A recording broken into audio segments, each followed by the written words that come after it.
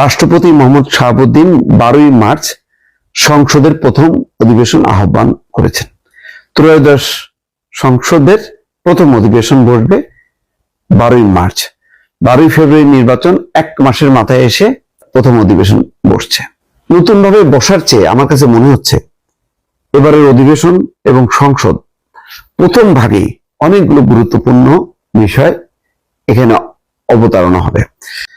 এই সংসদের শুরুতেই একটা জটিলতা তৈরি হয়েছে, ওই যে দ্বিতীয় শপথকে ঘিরে। দ্বিতীয় শপথের সাথে যুক্ত আছে গণভোট, যুক্ত আছে জুলাই সনদ বাস্তবায়ন। আমার ধারণা, যেহেতু সংসদে নিরঙ্কুশ সংখ্যাগরিষ্ঠতা আছে আর বিএনপি বরাবর সংবিধান অনুযায়ী চলতে চায়, সুতরাং তারা মনে করে যে গত 18 মাসে ডক্টর মোহাম্মদ ইউনূসের বহু কর্মকাণ্ড তারা সমর্থন করেনি। সমর্থন না করলে প্রবল বিরোধিতার মধ্যে দেশে অন্য কোনো পরিস্থিতি তৈরিও করতে চায়নি।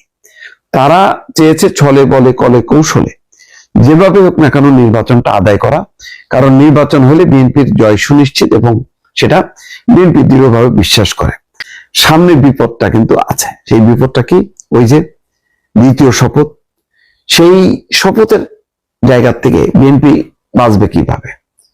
আমার এখনো বিশ্বাস হয় সম্ভবত, যেহেতু সংসদে তাদের নিরঙ্কুশ সংখ্যাগরিষ্ঠতা আছে, এই গণভোট বাতিল হয়ে যাবে। এই জুলাই সনদ বলে কোনো সনদ থাকবে না। তাহলে কি হবে? তাহলে কি জুলাই চেতনার সাথে বিশ্বাসঘাতকতা করা হবে? মোটেও না। বিএনপির 31 দফার মধ্যেই আছে ক্ষমতার ভারসাম্য।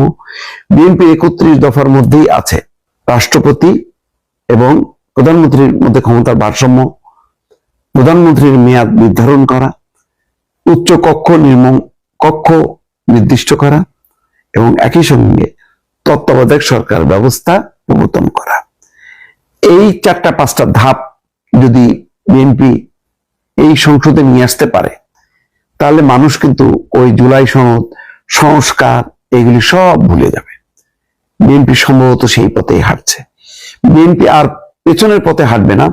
বিএনপি এই সংসদকে, এই সংবিধানকে উপেক্ষা করার মধ্য দিয়ে স্বাধীনতা মুক্তিযুদ্ধকে তারা কোনোভাবেই তার গায়ে একটা দাগ পড়ুক, সেই দাগটা কোনোভাবেই বিএনপি পড়তে দেবে না।